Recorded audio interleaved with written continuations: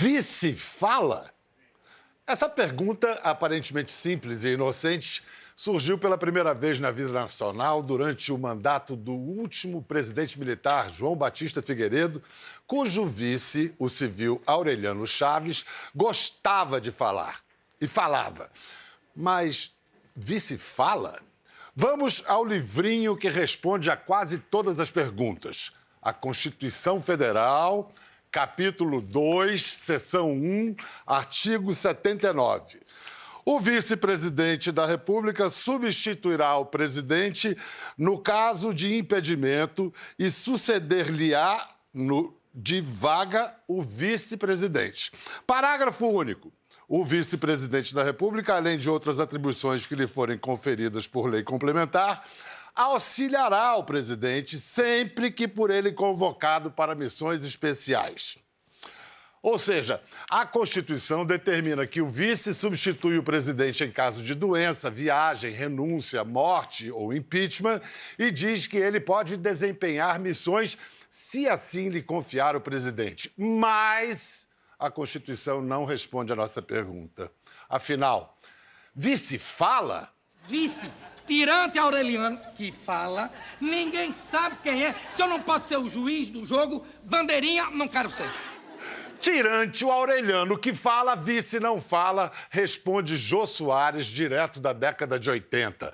De lá para cá, Sarney e Itamar passaram da vice à presidência sem abrir a boca. Marco Maciel, tão calado quanto magro. José Alencar falou, mal foi ouvido. Temer versejou sobre a angústia de ser decorativo e acabou decorado com a faixa presidencial. Tornou-se, assim, o 8º vice a virar presidente da República na nossa história, o 3º desde a redemocratização. No governo atual, nosso segundo no comando já declarou. Vice fala, sim. Fala coisas que o presidente não quer falar, mas quer que sejam ditas. Só que, em se tratando de um titular como Jair Messias, que fala mais que a boca, o que resta ao vice falar, dizer, fazer?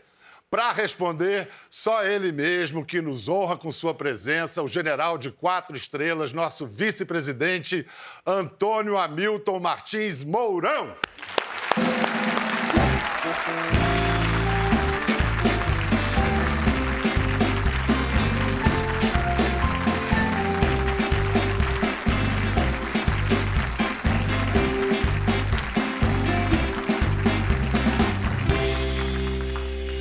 O que a gente não faz para agradar um convidado? Toca até o hino do arquirrival.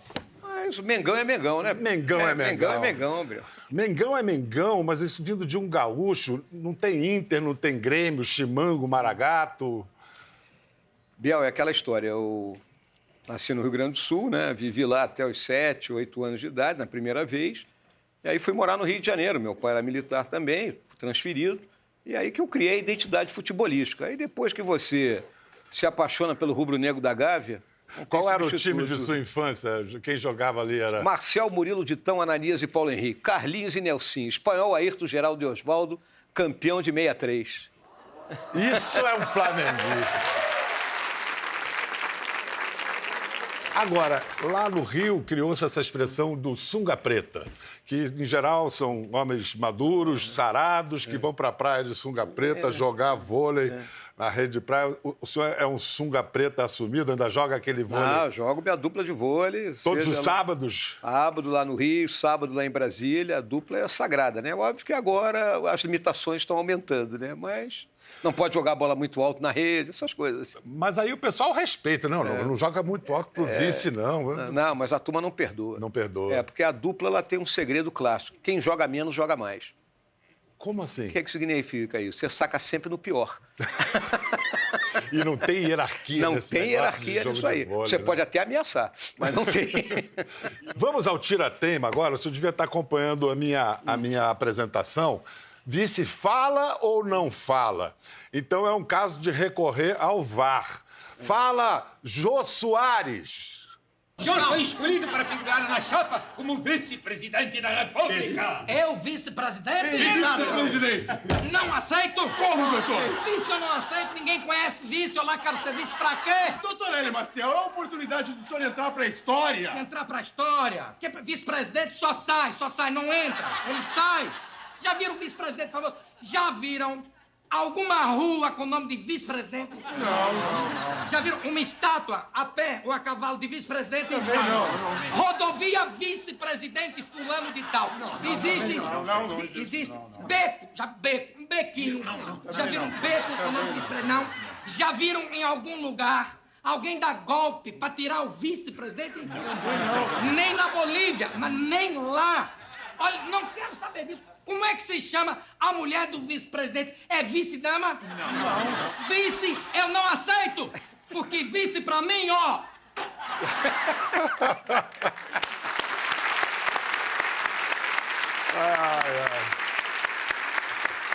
Então, vice fala ou vice não fala?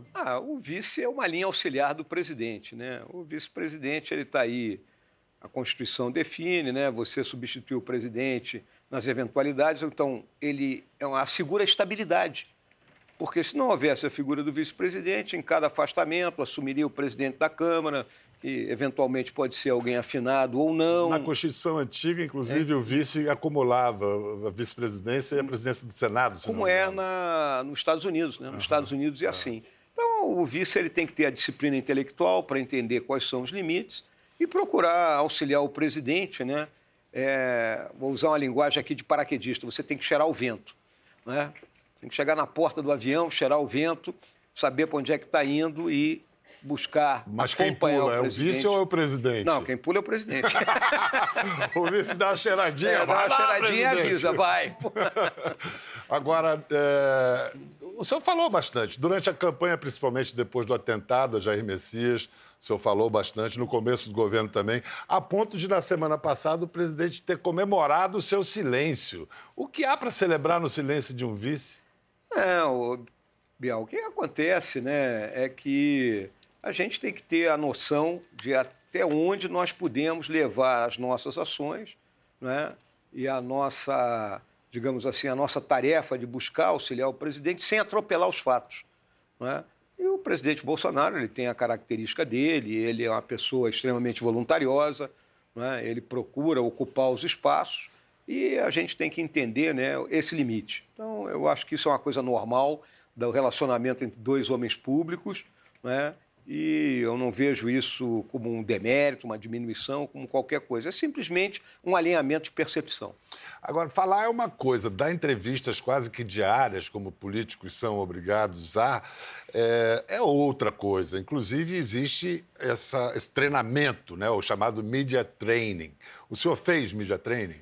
Não, Biel, o meu media training foi o media training da vida, né? A minha vida ensina a você, né, a se expressar. Nós, no meio militar, nós somos acostumados a nos dirigir aos nossos subordinados. Né? Faz parte da liderança você falar com as pessoas. Mas é diferente de jornalistas pressionando, sempre querendo... Né? Biel, eu digo uma coisa para ti. Eu tenho uma visão clara. Para mim, a imprensa é para os governados, não é para os governantes. Tá? Então, aquilo que eu sei, eu respondo. O que eu não sei, eu não respondo. O que eu não gosto, eu olho para o lado. Então, a gente tem que saber lidar. Eu já disse para alguns colegas seus, né, que na vida que eu tive como militar, eu não podia ser vaiado, mas também não podia ser aplaudido. Agora eu posso os dois, né? Então aproveite, né? É. Agora, no início, nesses primeiros meses de governo, o senhor deu opiniões até muito liberais para um governo tão compenetrado na agenda de costumes. E aí não foi só um vice falando, foi a consciência do vice falando, né? É aquela história, né, Biel? Cada um de nós tem a sua formação, as pessoas com quem você conviveu ao longo da sua vida, né? Eu também tenho uma visão conservadora de costumes dentro da sociedade, mas a gente entende que a sociedade está num turbilhão, numa mudança de hábitos, né? E que a gente, quando ocupa cargo político, você tem que saber entender isso. Que está falando com a sociedade inteira e não apenas com aquele aqueles que os elegeram. Exatamente, né? Você, quando é eleito, você é eleito para governar o país como um todo. E o presidente Bolsonaro, ele compreende isso. General Mourão pode ser muito reconhecido pelo que fala, mas no Exército ele ganhou respeito e ascendeu por suas ações, mais do que por suas palavras. São 4 estrelas aqui que refletem o brilho da atuação em Angola, na década de 90, quando o senhor chegou a ser feito refém também, né? Foi uma história interessante. Eu fui feito refém em Angola também. Também fosse? Em 92. O senhor foi quando? 96. Como é que foi isso? Fomos eu e um major português, né, para uma investigação de um cessar-fogo. E aí o pessoal da UNITA estava acusando o governo de ter feito um ataque. E aí nós estávamos investigando aquilo ali, eles cercaram o nosso helicóptero, um helicóptero russo com uma tripulação russa, né? Tinha um russo armado lá dentro. Aí eu disse para ele, pode esconder essa arma aí, a gente, observadores militares, nós atuamos desarmados. Tínhamos levado um isopor com sanduíche e umas 4 cervejas e passamos o dia negociando em torno desse sanduíche e as 4 cervejas. No final das contas, conseguimos decolar, eu descalcei o meu coturno que eu dei para o comandante da UNITA. E assim voltamos. Que bela experiência. No meu caso, eu tive que deixar todo o meu equipamento. Já foi. Eu só perdi o coturno. Fiquei o dia inteiro, o equipamento foi. Por que os veteranos do paraquedismo, os PQDs, mantêm laços de amizade assim tão para sempre? Nesse governo, por exemplo, quem é PQD? O senhor? Bom, começa pelo 01, presidente, né? 01 foi PQD. PQD, presidente, temos eu, o general Fernando, o general Heleno, né, o general Floriano Peixoto. E o que é isso que une esse Isso é uma laço? irmandade, né? A irmandade da porta, que a gente chama. Né? A porta iguala aos homens, né? A porta de um avião. Né? Ali você pode ser de general ou soldado, mas você tem que sair por aquela porta, né? Te lançar no espaço. Vai sentir medo. Todos sentem, né? E vai superá-lo. Faz parte, vai superar. Então, isso faz parte. Então, isso cria, né, um espírito de corpo, né, muito peculiar. Isso ocorre em todos os exércitos do mundo, onde as tropas paraquedistas elas se destacam por essa natureza. É muita coragem, né? Mesmo porque não é só pular. No caso de guerra, é pular sem saber o que vai encontrar lá embaixo. O salto é só para o momento de chegar ao combate. O resto é lá embaixo. Agora, o senhor é um estudioso da arte da guerra, é um grande leitor, conhece de trás para frente a história da Segunda Guerra. E a gente pode definir a política como a arte de evitar a guerra. Isso daria razão ao presidente Bolsonaro e àquela declaração que ele deu dizendo que o senhor pode entender muito de exército, mas não entende de política? Olha, o presidente tem 30 anos na política, né? Eu tenho 1. Então é óbvio que ele tem bem mais experiência do que eu, ele conhece. E de exército ele entende alguma coisa? Do exército eu acho que eu entendo um pouquinho mais. Eu passei um pouquinho mais de tempo que ele. O fato também é que, além das ações, o general Mourão se tornou vice pelo que ele falou e falava até quando não podia falar, quando era general da ativa, tinha restrições, por isso foi exonerado durante o governo Dilma, foi destituído do cargo por atacar o governo Temer, mas passou ileso quando falou em intervenção militar e foi defendido aqui nesse programa pelo general Vilas Boas, então comandante do Exército. No fim de semana passado, numa loja maçônica de Brasília, o general Antônio Hamilton Mourão falou abertamente sobre a possibilidade, mais ainda, ele falou sobre a necessidade de intervenção militar.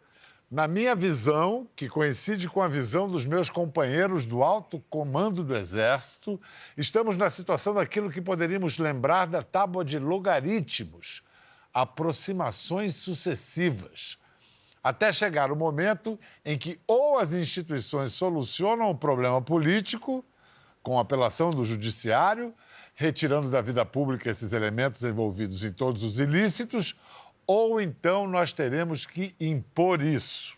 Ele não vai ser punido pelo senhor ou pelo ministro Raul Jungmann?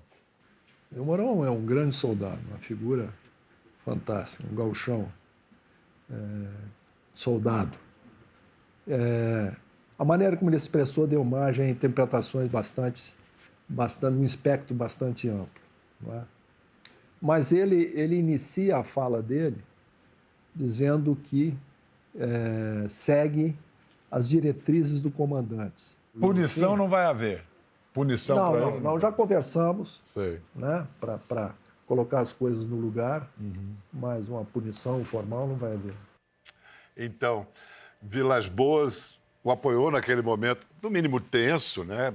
Controverso. O senhor não se arrepende de nada, né? De ter dito aquilo naquele momento. Olha, Biel, em primeiro lugar, né, eu respondi uma pergunta hipotética. Né? O debatedor ali, ele citou o artigo 142 da Constituição, né, onde ali as Forças Armadas são responsáveis pela garantia dos poderes constitucionais e por iniciativa de qualquer um deles da garantia da lei e da ordem. Então, a pergunta girava em torno disso aí. E dentro de um ambiente fechado, né? Eu considero que seria algum tipo de transgressão eu pregar isso abertamente, e não foi o caso. Foi um debate onde estavam discutindo uma hipótese. Dentro de uma sociedade supostamente secreta, que é uma loja maçônica. Ali, na realidade, aquela sessão ali ela foi aberta, né? Então, hoje em dia você vai em qualquer lugar, as pessoas te filmam, te gravam, e depois, quando jogam, né, na rede social, né, isso aí tem as mais variadas interpretações. E naquela ocasião eu conversei com o VB, né, conversamos sobre isso, e óbvio que ele disse para mim, pô, não é hora de mostrar a trava da chuteira, pô. Também.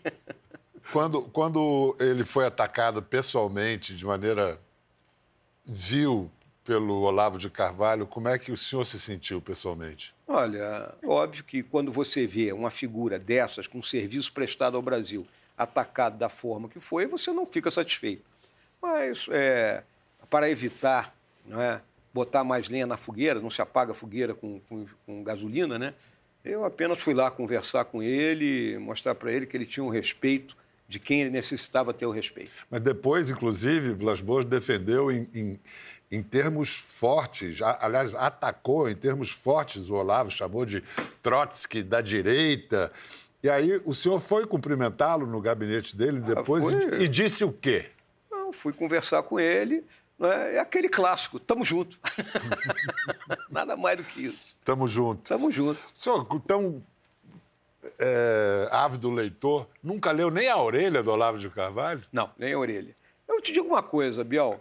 O Olavo de Carvalho, ele, ali nos anos 90, ele teve um papel, até certa forma, relevante, porque era o único escritor com um pensamento de direita que tinha acesso à grande imprensa. Isso quando escrevia no jornal O Globo, inclusive. Exatamente, quando ele escrevia no Globo. Era ele, ali o Percival Pugina, eram pessoas que tinham... O filósofo do Sul também. O Denis Rosenfeld. Isso. Aí depois ele sumiu. Eu nunca mais ouvi. Só ouvi reaparecer agora, já travestido aí desse radicalismo que ele... Radicalismo que não só insultou militares, como debochou da própria instituição. Incluindo, atacou o senhor, Augusto Heleno, Santos Cruz acabou saindo. Há quem considere, inclusive, que é uma questão de tempo que, alguma hora, até o próprio Augusto Heleno, o próprio Rego Barros, porta-voz, podem sair. Até onde? Qual o limite da paciência dos generais? Não existe isso aí do limite da paciência dos generais, não é, o Biel? Eu volto a uma pergunta que você fez anteriormente, não é? Quando nós entramos nessa vida política, não é? Isso aí faz parte do jogo. A gente ser atacado por Olavo de Carvalho, por seja lá quem for, faz parte do jogo. Então, quando você acha que aquela crítica ela é realmente coerente, não é? Você até faz a sua autocrítica e procura se corrigir. No caso aí, a gente considera que são palavras ao vento. Voltando à posição do vice-presidente, o convite ao senhor incluía dar-lhe alguma autonomia para atuar na área da comunicação do governo e na política externa. E também dizia-se que o senhor ia ter uma sala no Palácio do Planalto e não no anexo, que, com todo respeito, o anexo da vice-presidência, alguns chamam de catacumba, porque não tem nem janela nas salas. E nenhuma dessas promessas foi cumprida. Por quê? Alguém já lhe explicou? Não houve nenhuma promessa dessa natureza. Não? Não, isso é uma realidade. O presidente em nenhum momento ele chegou para mim, olha, você vai ser responsável disso, aquilo. Nem a sala do Palácio? A sala do Palácio, no começo, ele falou isso, mas existe uma questão de segurança, que o presidente e o vice não fiquem no mesmo ambiente. É só você olhar nos Estados Unidos. O vice não fica na Casa Branca. Nem podem voar, inclusive. Nem voam junto. Então é uma questão de segurança. Se é um atentado e pega os dois... Né? Então, isso aí é normal, isso aí. Mas na política externa teve um momento que o senhor teve que atuar como bombeiro ali naquela crise com a Venezuela. Não Não foi uma questão de como bombeiro, porque eu fui o presidente, o que aconteceu? Quando houve a reunião do Grupo de Lima em fevereiro, ele me chamou e determinou que eu comparecesse à reunião no lugar dele, né? Aí eu perguntei, qual é a diretriz? Né? Aí esbocei para ele, né, as ideias que eu tinha, ele disse assim, siga com as tuas ideias. Então, ele me deu liberdade de manobra para que nós, naquele momento, agíssemos, né, de uma forma a evitar um conflito maior dentro da Venezuela. Fala-se também, já se falou da incongruência de um general recebendo ordens de um capitão, quando se esquece que o presidente é o comandante-chefe das Forças Armadas e isso é a hierarquia máxima. Mas o capitão Bolsonaro avisou durante a campanha, olha só, reta final da campanha. Pode ter certeza, em chegando, teremos um dos nossos lá em Brasília. Cafeira! Cafeira!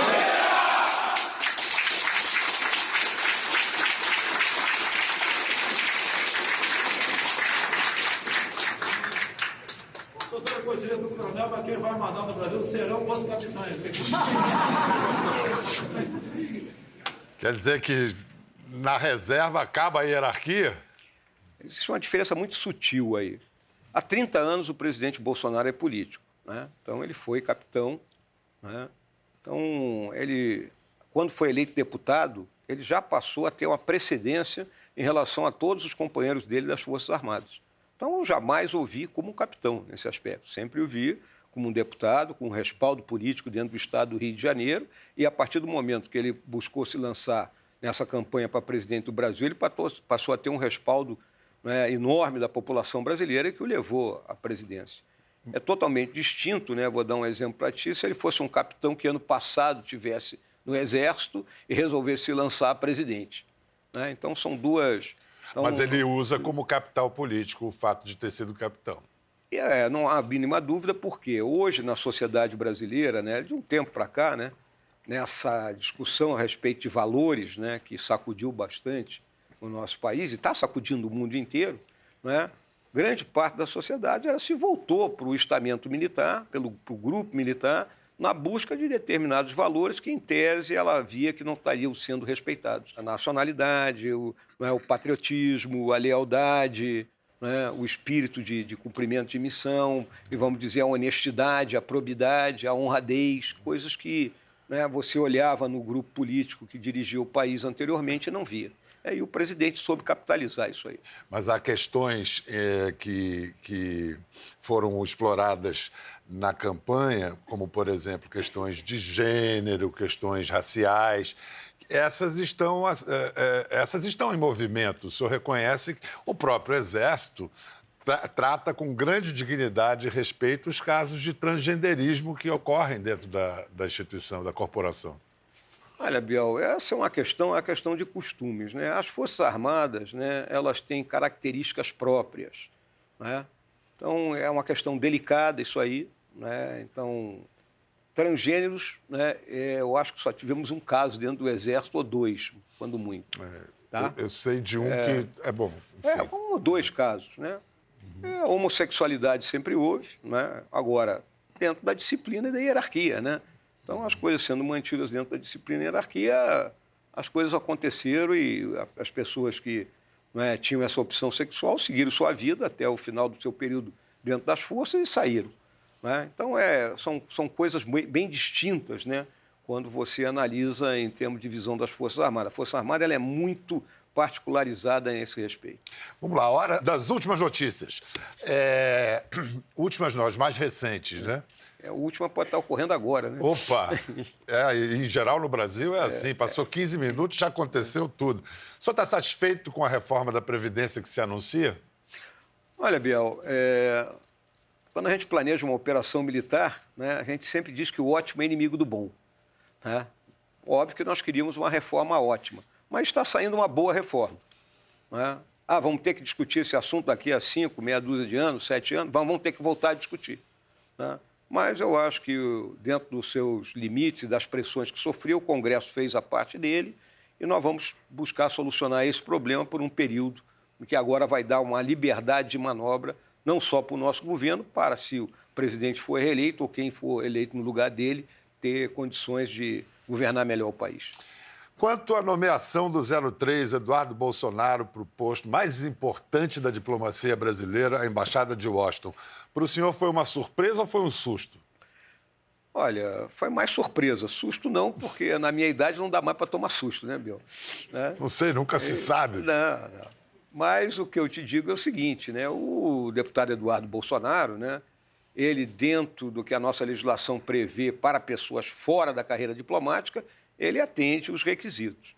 E, óbvio, se é uma decisão do presidente, uma coisa eu coloco muito claramente: decisão não se discute. Então, sucesso ao Eduardo, se realmente ele for designado pelo presidente. Tem que passar pelo Senado. Aí é jogo político. Aí é com o Senado. É jogo político. E a decisão anunciada hoje do presidente do STF, Dias Toffoli, de suspender as investigações sobre o caso Flávio Bolsonaro Queiroz. Como é que o senhor recebe essa notícia? Não é preocupante para quem quer manter viva a luta contra a corrupção? Olha, eu só tomei conhecimento pouco antes de chegar aqui na emissora, né? E o que entendi que ele suspendeu as investigações via COAF e Receita Federal. Óbvio que o inquérito do Ministério Público lá no Rio de Janeiro, ele prossegue. Então, acho que a gente tem que aprofundar qual é o teor dessa decisão, eu não li o documento, para poder emitir algum comentário. Óbvio que o ministro Dias Toffoli, né, ele tomou essa decisão baseado na que a legislação, né, o ampara. O ampara, e também nos argumentos que foram apresentados, obviamente, pelos advogados do Flávio. Nesse governo há vários negacionistas do aquecimento global. Ontem, o senhor, numa entrevista à imprensa internacional, disse o seguinte: não adianta negar, o clima mudou. Temos que entender essa mudança climática e o papel do Brasil para o resto do mundo face ao enorme território que nós temos e a presença da floresta amazônica. O chanceler Ernesto Araújo é um negacionista, diz que esse negócio de aquecimento global é uma trama do marxismo cultural. O chanceler está mal informado? Não, é opinião, né, Bial? O chanceler tem a opinião dele, eu tenho a minha. Né? Eu não tenho dúvida que o clima mudou. Não tenho a mínima dúvida disso aí. O que a gente pode colocar em discussão é se essa mudança é uma daquelas sazonalidades que já aconteceu na nossa trajetória na Terra ou é algo que veio para ficar. Então, nós temos que tomar as medidas necessárias para poder enfrentar esse problema que está acontecendo. Né? Mas negar não é uma boa maneira de enfrentar, né? Negar. Eu não vou criticar o chanceler dessa forma, nunca discuti esse assunto com ele, não sei quais são os argumentos dele, mas a minha visão, eu te coloco muito clara, é essa aí. Eu reconheço no senhor mais que uma opinião, são evidências científicas que amparam a sua visão. Olha, eu não te digo nem evidência científica, Biel, eu vou te dizer o seguinte: eu moro lá no Rio de Janeiro, no mesmo apartamento ali, há uns 42, 43 anos. Que bairro é? Em Copacabana, ali na Rua Bulhões de Carvalho, é um apartamento de último andar. Então, é aquele que no verão bate sol de cima, de lado, de tudo que é jeito. Há uns 40 e tantos anos atrás, eu dormia de ventilador no verão. Hoje é impossível, tem que dormir com ar-condicionado. Então, o clima mudou. É puro e simples assim. Tão simples assim. Vamos falar de outro ministro da área ideológica, além do Ministério das Relações Exteriores, educação, que é um tema tão caro aos militares. Qual é o principal problema do ministro Abraham Weintraub? É a falta de experiência na área ou as amarras ideológicas?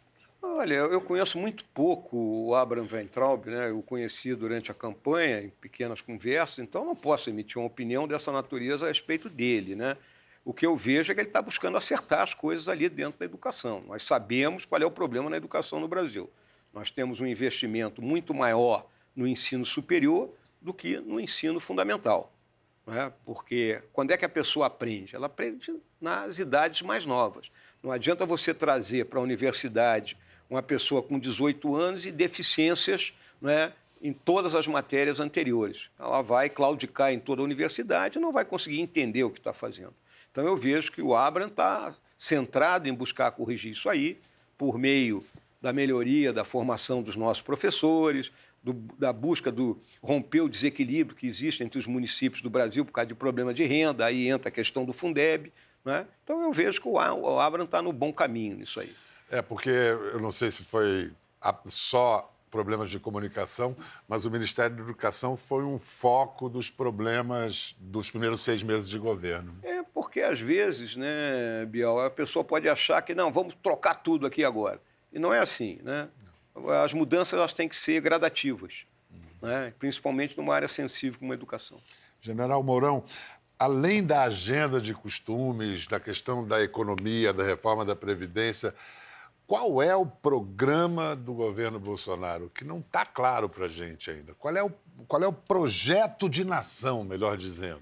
Olha, o projeto da nação do governo do presidente Bolsonaro, Bial, é, número 1, nós temos que recuperar a capacidade econômica do país de modo que a gente entre num ciclo de desenvolvimento sustentável e que o conjunto da nação passe a ter emprego e renda.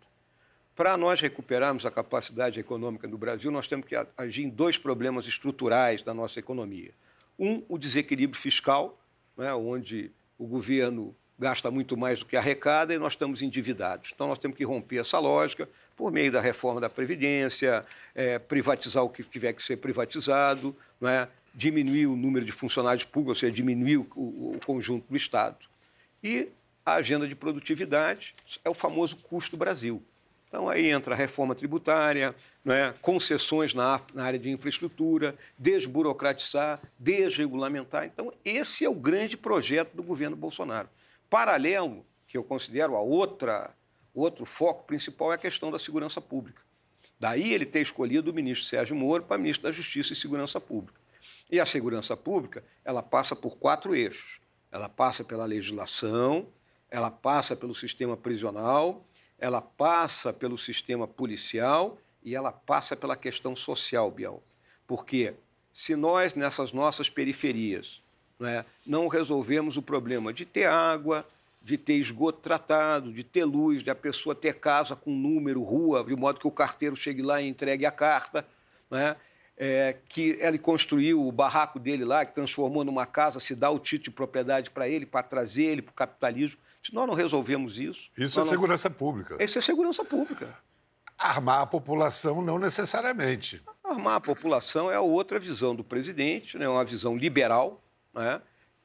que existe no exemplo que ele considera, digamos assim, maior para ele, que é os Estados Unidos, onde você pode ter o porte e posse de tua arma dentro dos controles existentes no país. Então, isso é uma questão de visão de mundo. No ciclo dos governos militares, quais os seus presidentes preferidos e por quê? Porque ali houve, em 64, um discurso era liberal e foi se transformando num capitalismo de Estado.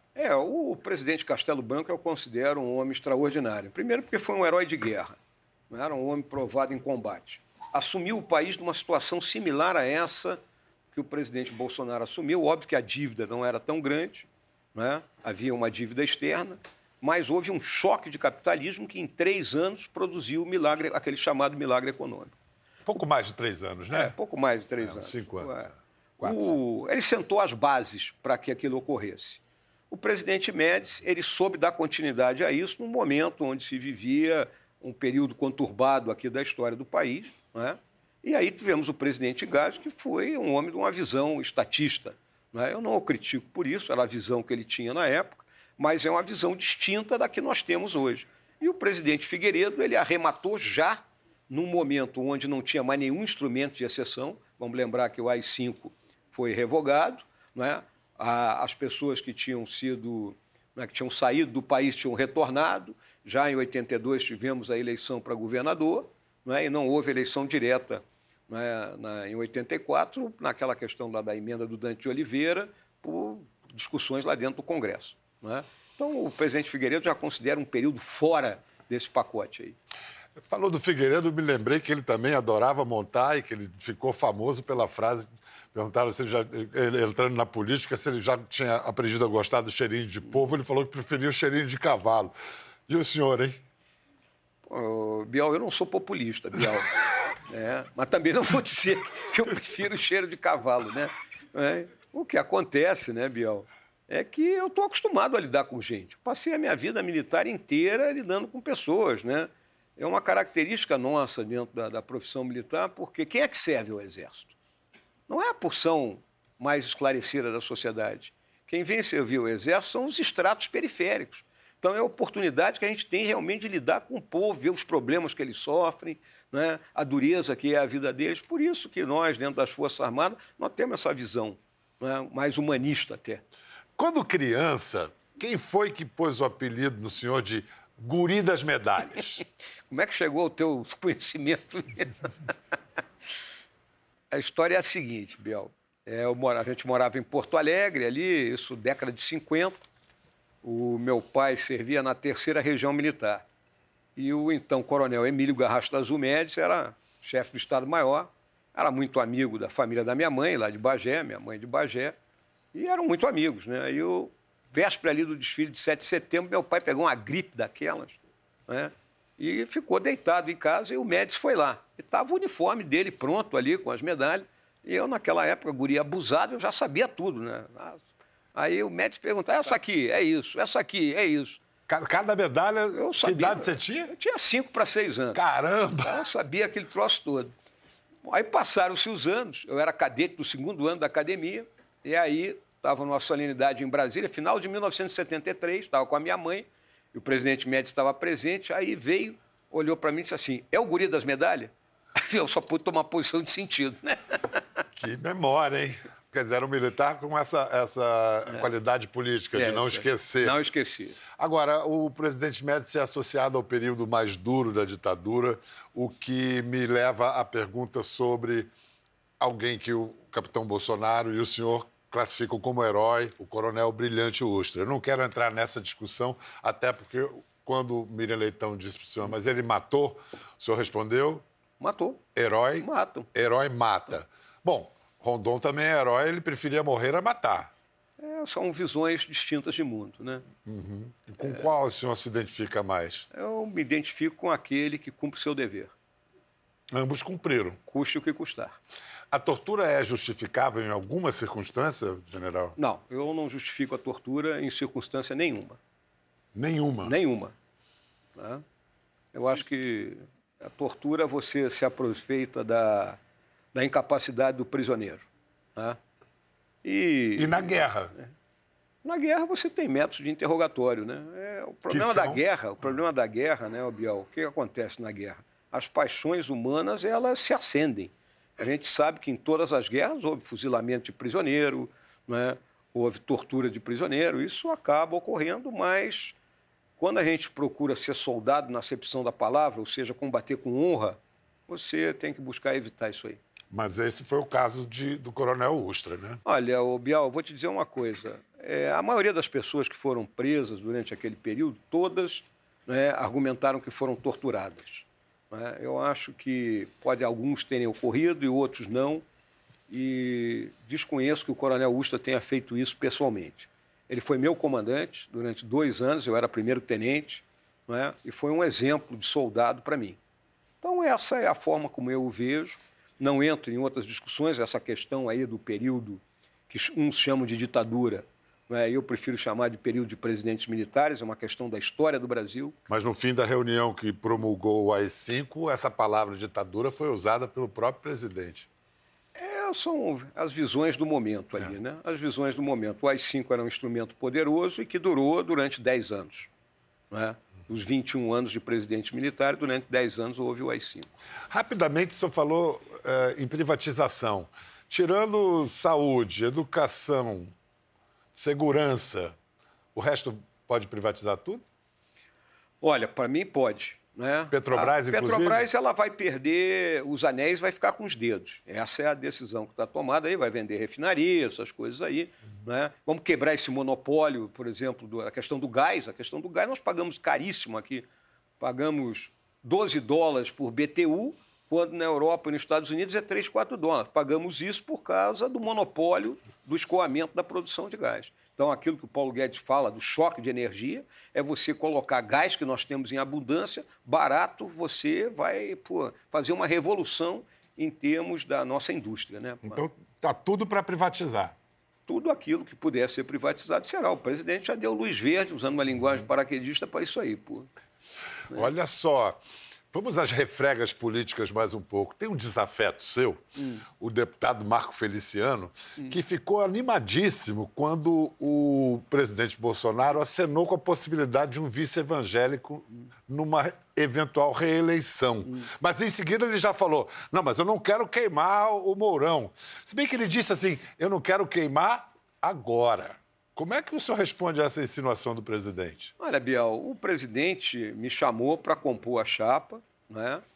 E eu vim única e exclusivamente para ser soldado do Brasil, como eu sempre fui, e auxiliar ele.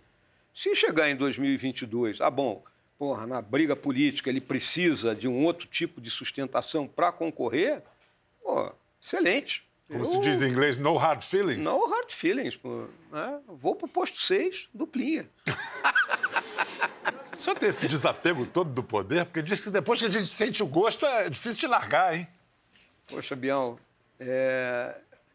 sinceramente, eu acredito em servir a pátria. Foi para isso que eu vivi a minha vida. General, a maioria dos evangélicos apoia Bolsonaro. Quero saber quanto aos maçons. Eles aprovam o governo? Segura a resposta, porque é hora dos comerciais. Depois a gente vai conhecer um pouco da história do general Mourão com a maçonaria. A gente volta em instantes.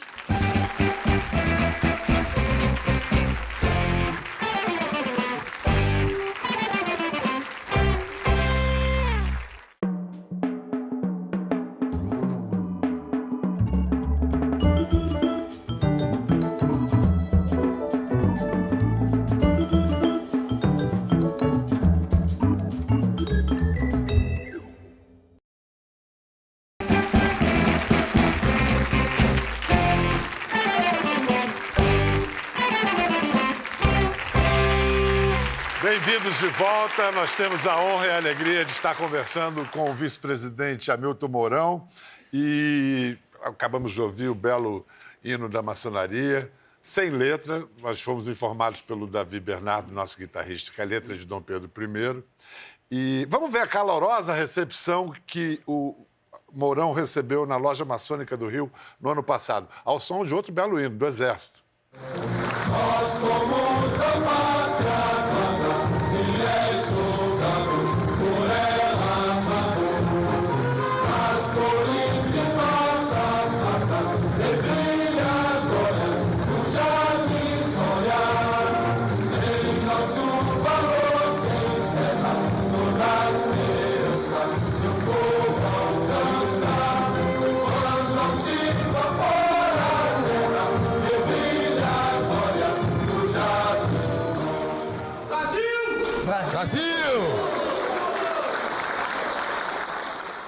Alguns dizem que a maçonaria não é exatamente uma sociedade secreta, é uma sociedade discreta, preferem ser chamados assim. Faz sentido uma sociedade secreta no século XXI?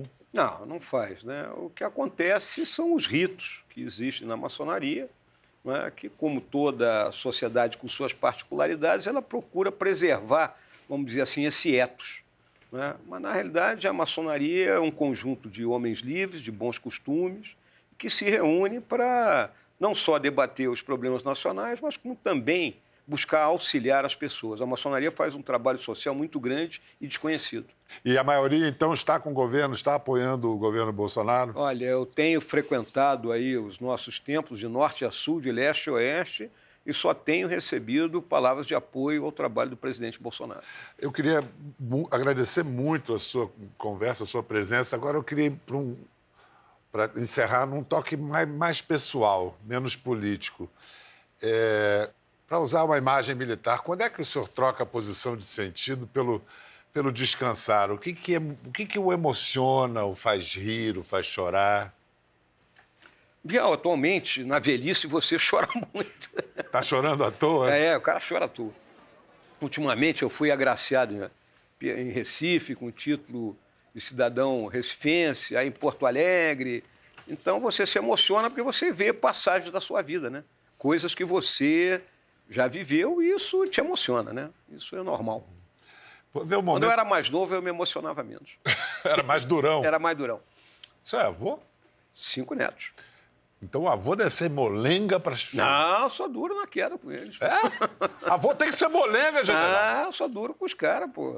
Aqui é 5 malandros, pô. 5 homens? 5 homens. Está querendo ver eles na carreira militar? Vamos ver se algum deles ali, né, segue aí para... Tem a espada que foi do meu pai, foi minha, vamos ver se alguém leva.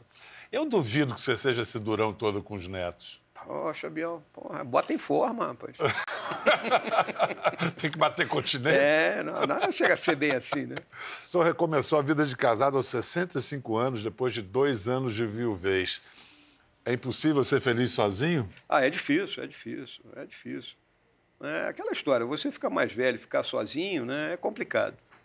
Ainda bem que apareceu a Paula aí, né? Não estamos levando... É uma diferença de idade, uma diferença de percepção, né? Mas é bom para a gente entender outras coisas. É uma boa ouvinte, o senhor desabafa com ela, troca confissões, digamos assim? Sim, uma boa pessoa para a gente conversar. E ela, óbvio que ela tem uma visão de mundo distinta da minha. Então, isso é importante. Ela gosta de política? Ela não gosta de política. Ela foge da política como o diabo da cruz. Bom, eu queria mais uma vez agradecer. Nada, foi um Biel, prazer, foi muito bom. general. Excelente. Muito bom. Muito obrigado. Volte sempre, por favor. Muito obrigado, gente. Até a próxima. Obrigado. Chegou o general da banda, chegou o general da banda, chegou o general da banda, chegou